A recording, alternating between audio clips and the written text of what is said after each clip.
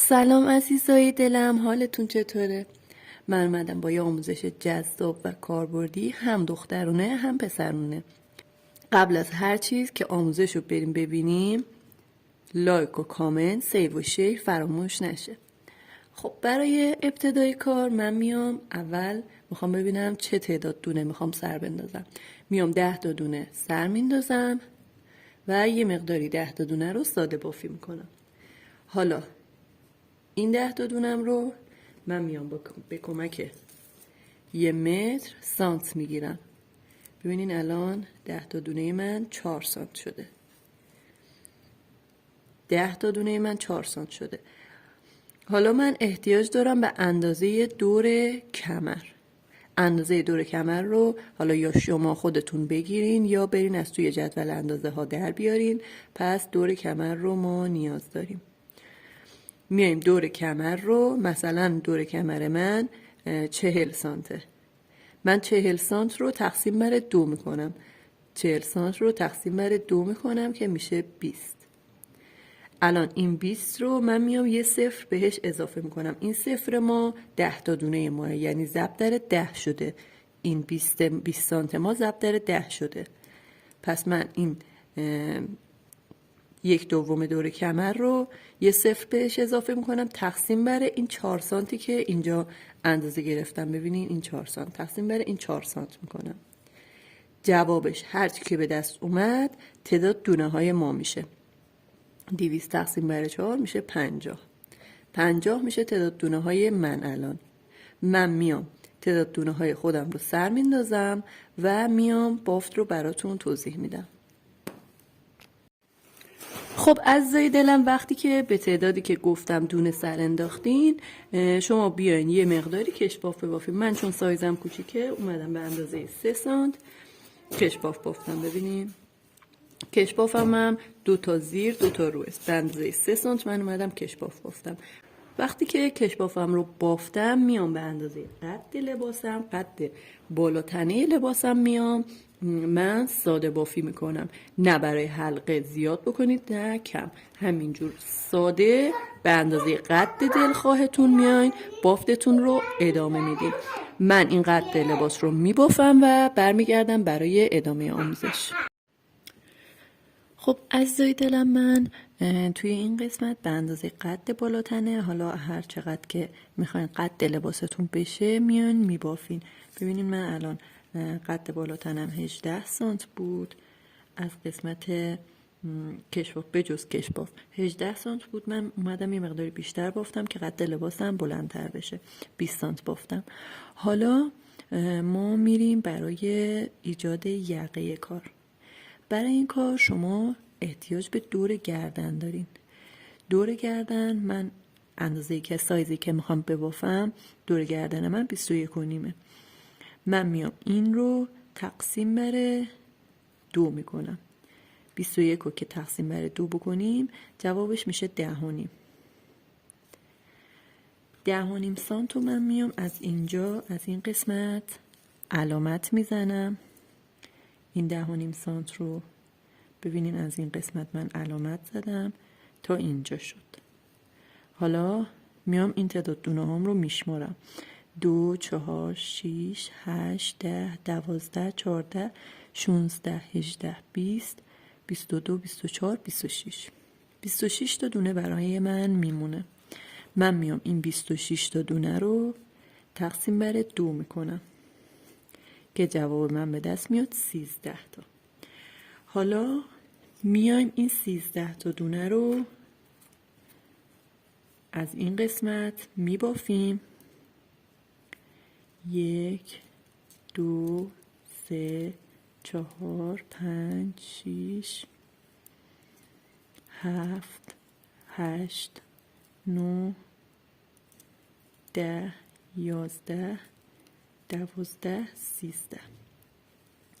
13 تا هم از این ور باید بشماریم. 2 4 6 8 10 12 13. این دونه های ما بین وسط رو باید کور کنیم. 2 4 6 8 10 12 14 16 18 20 22 24. 24 تا دونه من اینجا باید کور کنم. این 24 تا دونه رو کور میکنم به این صورت. 1 2. الان اینجا ما باید 13 تا دونه داشته باشیم. 2 4 6 8 10 12 13. 2 تا دونه بیشتره. 1 2. الان دونه های این ور ما هم شد 13 تا دونه. ما 13 تا دونه این طرف کار داریم، 13 تا دونه این طرف کار. این قسمت سرشونه ما قراره بشه. حالا من میام یه سر دیگه نخم رو در میارم، به این قسمت وصل میکنم و اینا رو میام به این صورت میافم. حالا این رو شروع کنیم به بافتن. از اینجا من بافتم رو ادامه میدم به اون سمت برسه.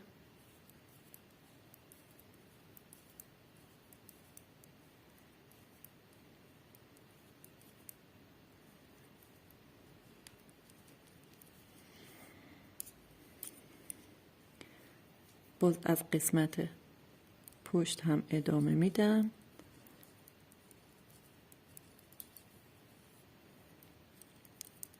این 13 تا دونه رو میبافم.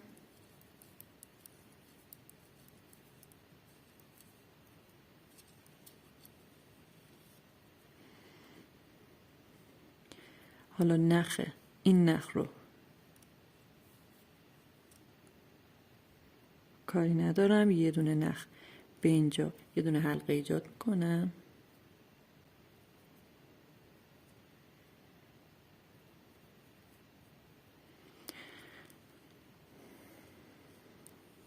اینجا رو هم شروع میکنم به بافتن.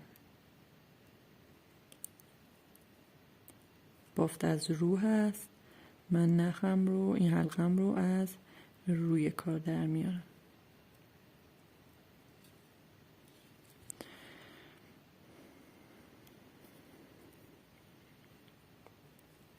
قسمت رو میبافم.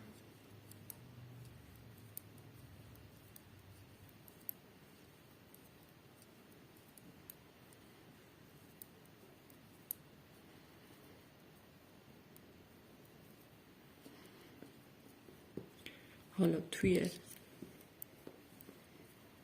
قسمت روی کارمون ما میایم به این صورت عمل میکنیم.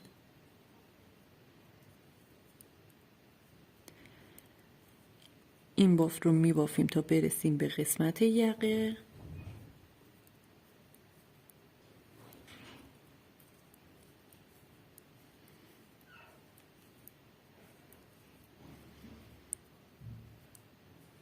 حالا به یه دونه مونده به آخر که رسیدیم ما میایم اینجا یه دونه ژوته بسته ایجاد میکنیم و دونه بعدیمون رو میبافیم.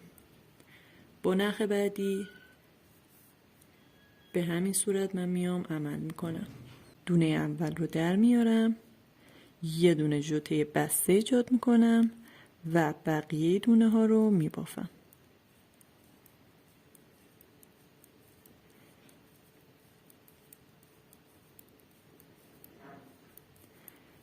به همین صورت من باید توی هر رجب از قسمت، ببینین من از قسمت یقه از این دوتا قسمت من میام دونه اضافه میکنم تا اینکه این دوتا قسمت این دوتا